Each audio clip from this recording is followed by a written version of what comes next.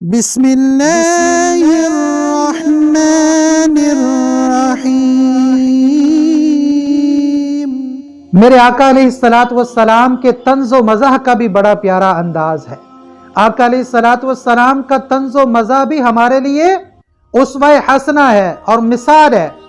آقا علیہ الصلوۃ والسلام کی پیاری پھپھو حضرت صفیہ رضی اللہ تعالی عنہا نا بوڑھی ہو چکی ہے، آپ کی سگی پھپھو بھی ہیں اور آپ کی صحابیہ بھی ہے۔ صحابہ کرام رضوان اللہ علیہم اجمعین کی موجودگی میں نا وہ آقا علیہ الصلوۃ والسلام کے پاس تشریف لائیں اور کہنے لگی، اے میرے پیارے بھتیجے، اے میرے پیارے آقا، مجھے یہ بتلائیے کہ بوڑھے لوگ جنت میں جائیں گے؟ آقا علیہ الصلوۃ والسلام طنز و مزاح کے موڈ میں تھے۔ رسول اللہ صلی اللہ علیہ وسلم نا بطور مزاح فرماتے ہیں کہ اے میری پیاری پھپھو جان، بوڑھے لوگ تو جنت میں نہیں جائیں گے، بوڑھوں کا کیا کام ہے جنت میں؟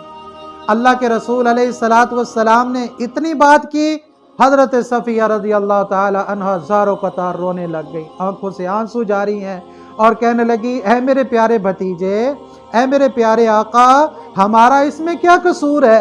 بوڑھے جنت میں کیوں نہیں جائیں گے؟ کوئی چاہتا ہے کہ وہ بوڑھا ہو، ہمارا اس میں کیا قصور ہے؟ ہمیں تو اللہ نے بوڑھا کیا ہے۔ جب رسول اللہ صلی اللہ علیہ وسلم نے دیکھا کہ میری پیاری پھپھو جان تو زیادہ غمگین ہو گئی ہیں، اس وقت رسول اللہ صلی اللہ علیہ وسلم مسکرائے۔ آقا علیہ الصلوۃ والسلام نے مسکراتے ہوئے فرمایا، او میری پیاری پھپھو جان، میری بھولی پھپھو جان، کتنے بھولا انداز ہے آپ کا، میں آپ کو وضاحت کرتا ہوں۔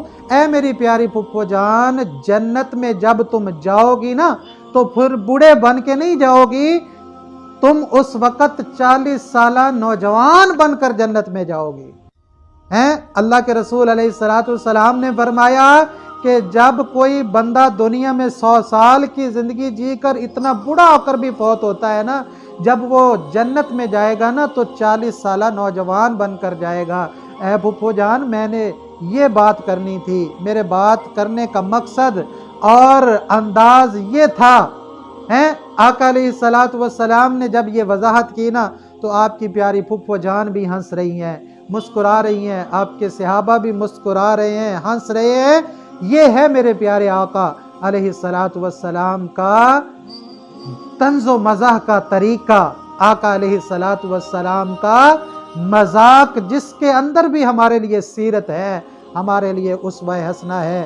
آج ہمارے بھی مذاق ہے، ہمیں اپنے مذاق اور جو ہے اپنے طنز کو دیکھنا ہوگا کہ ہمارا معیار وہی ہے۔